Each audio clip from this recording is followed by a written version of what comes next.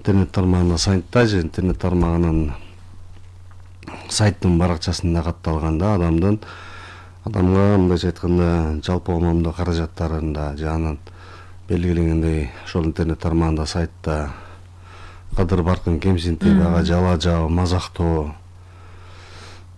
жеке жактарга 200 эсептик көрсөткүчтө айып пул алып келет. Бул 20 000 сом.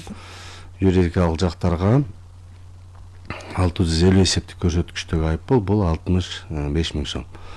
Ал эми ошол эле жалган маалыматтарды билип туруп, атайлап аны таркатуу, кадыр баркын кетирүү боюнча, жанын адамдык ар-намыс абийирине шек келтирүү боюнча ушул жерде деле кайрадан бул жерде жеке жактарга 200 эсептик көрсөткүч, бул 20 000 сом.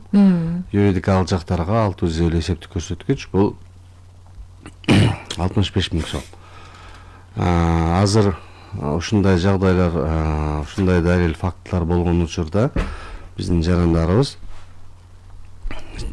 ички иштер органдарына кайрыла алышат жана айып пулду сот салат. Демек, жанагы буга чейин бул мыйзамды кабыл алуунун, өзгөртүү киргизүүнүн дагы бир зарылдыгы болду да, Орозбек Кадырбекович. Анткени буга чейин дагы көп жарандар ошол интернет булактарында, интернет сайттарда, социалдык тармактарда баягы адамдык аброюна шек келтирип, жеке инсандык мындай бир аброюна туура эмес болгон мазактоолорду, жалган жалаларды жаап келбеди беле. Демек, мунун бардыгы мыйзам чегинде мындан ары жоопкерчиликке тартылат деген маселеден улам келип чыккан экен да. Бир топ талкуулар дагы болду буга чейин, Ооба, бир топ талкуулар болду. Көп теледебаттар, телебаяндар болду, интервьюлар болду. Эфирлерге чыгып түшүндүрүп аттык мыйзамдын дөмөлгечилери жана ошол мыйзамды алып чыккандар менен.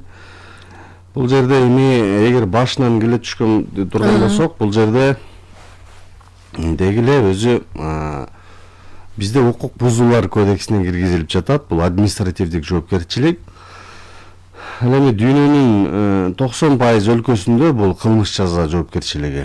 Бул буга чейин, интернет чыкканга чейин 100 жылдап баштан мурда адан дагы кийинки убактардан баштап бул ошол Европа өлкөлөрүндө, ошол эле Франция, Германияда, Италияда, Америкада болуп келген.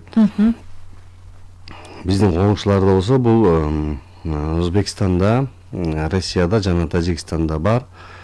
Кыргызстан буга чейинки 97-жылкы кодекстеги ушундай беренелерди 2010-жылы алынып салынган. Андан кийин бул жерде биз баягы эч кандай мыйзам менен жөнгө салуу каралган эмес. Биздин өлкөдө, Ооба. Жарандык тартипте болгон, бирок анын да баягы сотко берүү жана далилдөө түйшүгү ошол жабыркагандын өзүндө болуп келген дагы. Бул көп баягы татаалдыктарды жараткан. Так кесе айтыш керек, сөз эркиндиги менен адамдын эркин оюн пикирүү жана бирөөнү жала жабуу, мазактоо бул такыр коош болгон эки маселе. Буну туура түшүнүш керек. Мисалы, сөз эркиндиги деген өзүңүздүн оюңузду, пикириңизди кандайдыр бир ведомство же кандайдыр бир коом кандай иш алып барып атат деп туура жазсаңыз, ал туура эле. Мисалы, азыр эми интернет тармагы өнүккөн, 95% эл колдонот. Мындайча айтканда кайтарым байланыш сөзсүз болуш керек. Бирок ошол эми талкуунун учуру башка болгон учурда баягы кээ бирлер ой пикирин билдирип башкалганда бул сөз эркиндигине карата бир басмырлоо деген өңүткө муну буруштун такыр кажети жок да. Такыр кажети жок. Адам оюнун пикирин өзү баягы адеп ахлактык негизде, туура пикирде, конструктивдүү сын дейт. Ошолорду айтып жеткизе берет. Бирок буну сөз эркиндигине басым деп бурмалоо дагы коош болгон, мындайча айтканда, багыт.